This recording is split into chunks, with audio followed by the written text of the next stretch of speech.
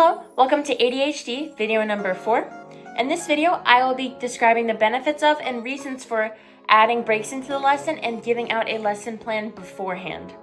So these may seem small, like small little additions, but they can just make a world of difference for a lot of students, not just neurodivergent ones, but also neurotypical ones.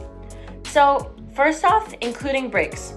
Implementing breaks throughout the lesson can help all students pay attention and it'll help them get more energy back, right? It can be draining to just sit in a classroom and listen to a teacher drone on, but having a break to walk around and move a little bit, kind of get the blood flowing, will wake everyone up and just kind of let out that fidgetiness, right? A lot of people with ADHD are hyperactive, and letting them move around and get some of that out will also be helpful. So just overall, students tend to lose interest when lessons are very long and uninterrupted, and they're just sitting in seats for like an hour straight. This just means that they're not retaining much of the important information, and they're just not going to grasp the concept as well. And giving these maybe like even simple like 5-minute breaks can just allow students to decompress and they can come back more energized and concentrated. It'll also help you stay awake and just take a breath in the middle of a lesson. Just letting a student chat for a second can just give you time to breathe and just get your bearings a little bit. Also, providing students with a lesson plan beforehand can be very helpful. So just giving them a rundown of the day kind of beforehand, it can let them, if they choose to, they can review what's on there before the lesson and kind of give themselves a background of information before beginning, so they know they have a little bit of a head start. Can just be very helpful, right?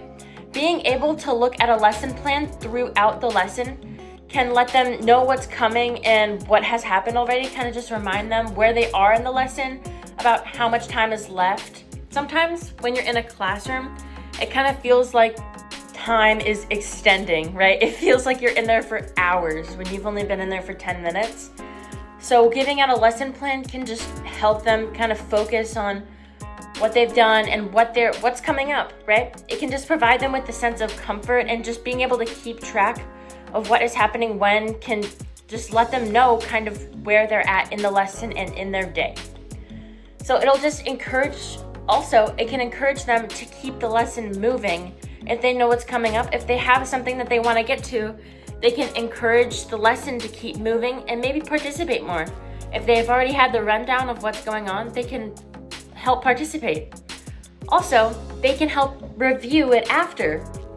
So if a student zoned out in the middle of the lesson and they're like, oh shoot, what did my teacher talk about? They can go refer back to that lesson plan and go over those concepts again in order to grasp them fully before the next lesson. Basically, they can just review that lesson easier and have a bullet pointed list of what to review. So teachers should already be making a lesson plan beforehand, right? You should come into class knowing what you want to talk about and what you want to do that day. So just giving this to the students can be very helpful. This may seem very small, but it can just help all students so much. Thank you for watching this video, and in the next video, I will be making some small other suggestions that can be very helpful. Thank you.